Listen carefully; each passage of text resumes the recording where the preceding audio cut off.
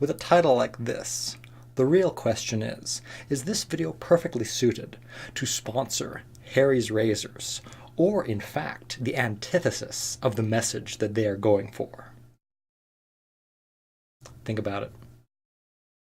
This is Dr. Hackenbush. Ah, Doctor. I have a few questions I would like to ask you. I've got a question I'd like to ask you. Steinberg, what do you do with your old razor blades? Huh? Greetings, good storytellers. I'm the Artful Narrator, and it is my privilege to welcome you to learning the tropes of writing. Today is going to be another unscripted episode, but this time I have things a little better figured out, and I am going to do this in several different takes, just so that I can edit it together with a little more clarity, and use a few video clips this time to help try to bring it back into a blending of the style of my older videos while still embodying this attempt at more unscripted content. Now, today's video is the counterpart to a rather well-known trope. Now, you've likely heard of it. It is called jumping the shark. And what jumping the shark describes, if you are unaware of it or just need a refresher, is a point in a show where it's been going downhill for a while and it finally reaches the moment where it just plummets. And anything after that might as well be a write-off. It's not going to get any better. And this is, of course, named after a unfortunate moment in the show Happy Days, where in an attempt, I assume, to try to recapture the glory of Fonzie jumping over the barrels on his motorcycle, they, for some reason, thought it would be a good idea to have the Fonz jump a shark. Turns out, it didn't go over that well. But with this being a channel that focuses on positivity as much as possible, the jumping the shark trope is just not something I'm interested in talking about. However, its counterpart is something that is certainly within my wheelhouse, and that is the uniquely named trope, growing the beard. Now, what growing the beard describes is that moment in a show which either has been pretty good or maybe even just okay, but suddenly it spikes up, and you have a distinct increase in quality that then carries on and takes the show into the realm of a excellent or even legendary program. Now, this is, of course, named after the Season 2 of Star Trek: The Next Generation, where William Riker, or Commander and Number 1 to Captain Picard, played by Jonathan Frakes, decided to grow a rather rakish and a very handsome beard. The beard is an ancient and proud tradition. Some of the most distinguished men in history have worn beards, Doctor. I know, but after the razor was invented, I think beards became mostly a fashion statement. I'm not concerned with fashion. To a Klingon, a beard is a symbol of courage. I think it's a sign of strength. And suddenly, it was as if everything in the show was markedly better. Now, this was not the beard's doing, of course, but rather what I feel was a reflection of the show's change in perspective, moving away from the themes of the original series, and instead embracing what this new crew could do, and what these actors could excel at. Because you could see that in the first season, the show was very obviously an homage to Star Trek: The Original Series, with plots and episodes fitting in that same format. And while the original series featured a wonderful blend of action, exploration, and philosophy, with hints of the burden of command upon poor James T. Kirk, in Next Generation, you could see that rather than, as Spock put it, engaging in cowboy diplomacy, here you had Picard solving issues not with phasers, a stiff right hook, or getting his shirt torn, but rather solving them with words, with, as Q put it, beautifully prepared speeches. For Picard was a diplomat. And while this meant that the show would take on a slower pace, it still provided us with glorious episodes, exploring what it means to be human with Data and Geordi, and giving us instances like Darmok and Jalad at Tanagra, where you just have characters trying to understand each other, and this exploration of themes of philosophy and who we are, the measure of a man with Data and with Picard and Riker arguing as to whether Data was truly a human, truly a man, all these things, beautiful and nuanced, and while certainly less action-packed, no less engaging or any less thrilling. Oh, you're so stolid. You weren't like that before the beard. Of course, there are many other shows which experienced growing the beard moments, and which did so, by the way, without any of the characters actually having to grow a beard. Although that would be glorious, wouldn't it, if you could increase the overall quality of a story simply by the expedience of having one of the characters grow a beard.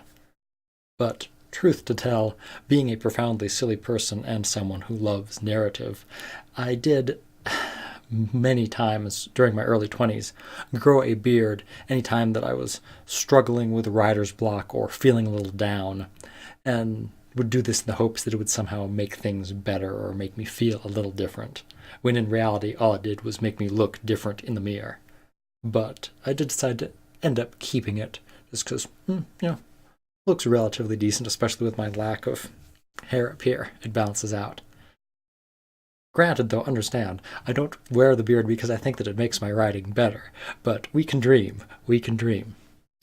So, as I was saying, for the second example, you need look no further than CW's own The Legends of Tomorrow, a show which frustrated me exceedingly in its first season because it felt like it was at odds with itself.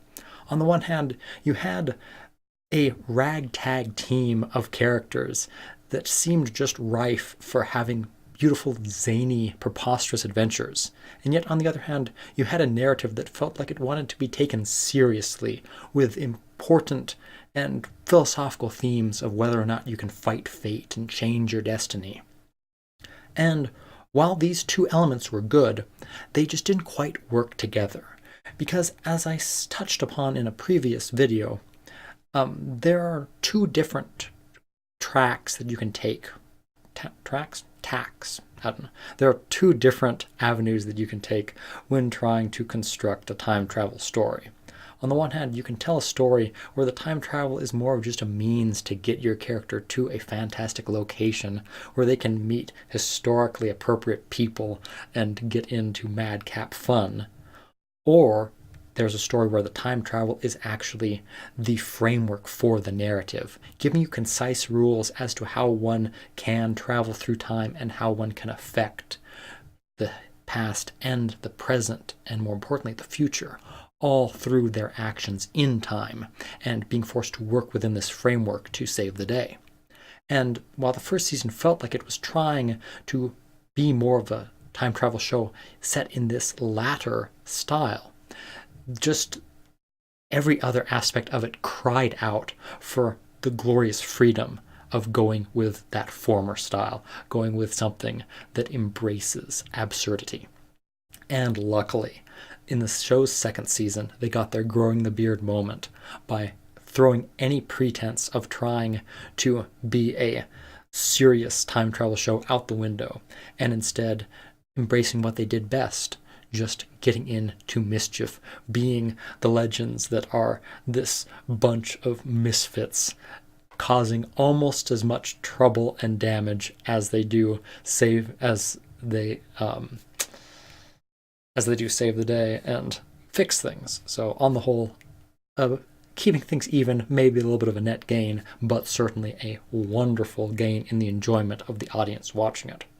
And if you're going to have a crew of zany characters getting into preposterous adventures, you need the perfect captain. And while Rip Hunter was good and certainly enjoyable for fans of Doctor Who to see Rory walking around in a trench coat trying to be the Doctor, getting Sarah Lance to become the captain of the Wave Rider was something that was truly a joy to see, because how can you do better than having a time-traveling and badass bisexual going throughout the ages, combating evil and sleeping with queens and historical characters when the mood strikes? You just can't do better than that. So, what started as a show that was just okay and problematic in places took those mistakes and reveled in them and made something that was glorious. Your point? Point is, sometimes we screw things up for the better. That's a good motto. We should use that.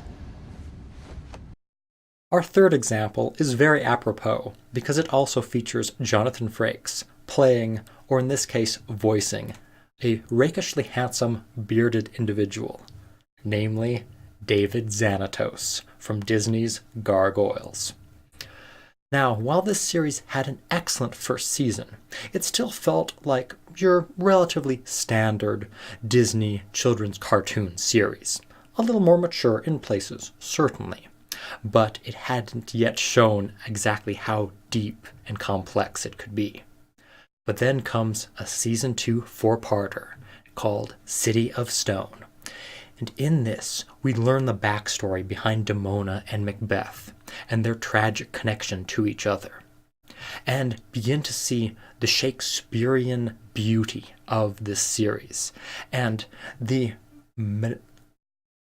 just spectacular depths that the creators were able to go to show the lore and the complexity of character of these individuals and the beauty of the world that they had designed for them. And, of course, this also gave us Demona in all her glory, elevating her from just an interesting antagonist to a character of such words defy, such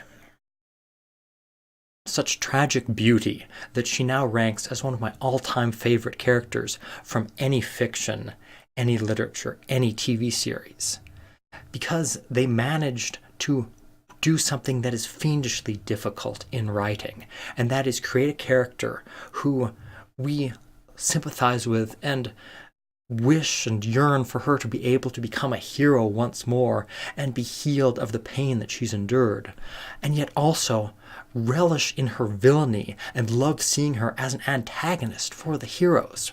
This duality is almost impossible to balance and achieve, as in most stories, a character will fall more to one side or the other, and you'll hate to see that they are still stuck in this role as a villain when you so desperately want them to become a hero, or you'll see an excellent villain become an anti-hero perhaps too soon and lose that wonderful foil for the heroes.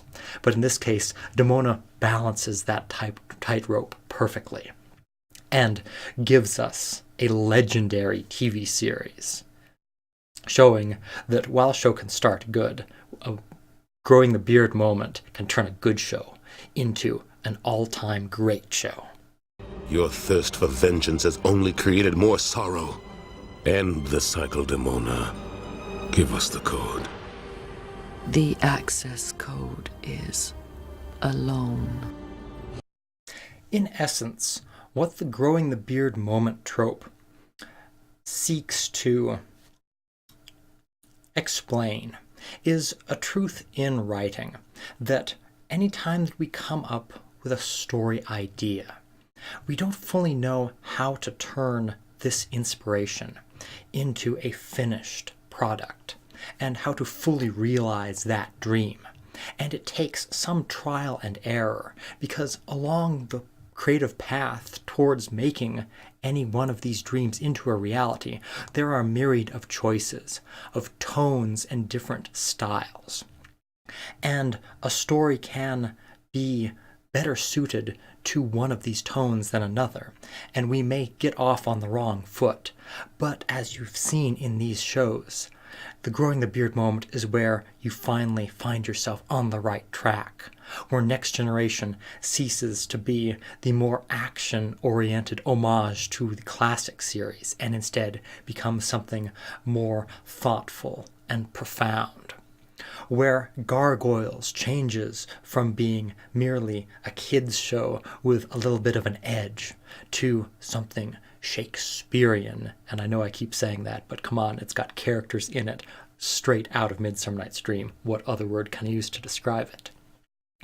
And on the other hand, you have shows that may try to go that route, may try to be more philosophical and more mature, like the first season of Legends of Tomorrow, but then realize that their story is better suited for preposterous and campy absurdity, a time travel series that is not about the nuances and philosophy of time travel, but a show that is just about going to great places and having spectacular madcap adventures.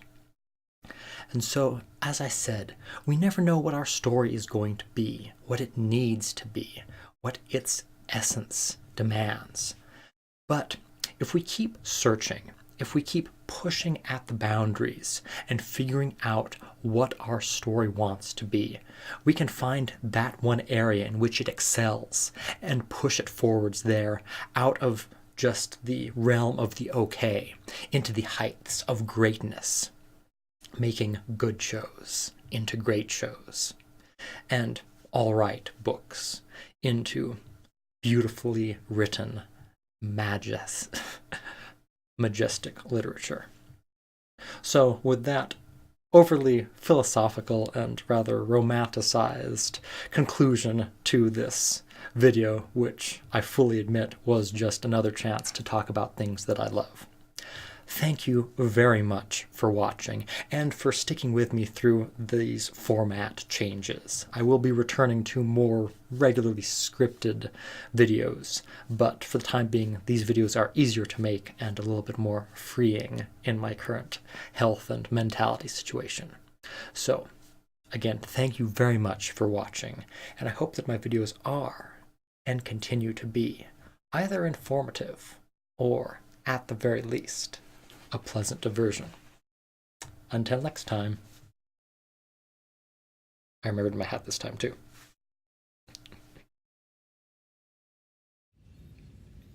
It is a beard, Geordie. A fine, full, dignified beard. One which commands respect and projects thoughtfulness and dignity. When I stroke the beard thusly, do I not appear more intellectual?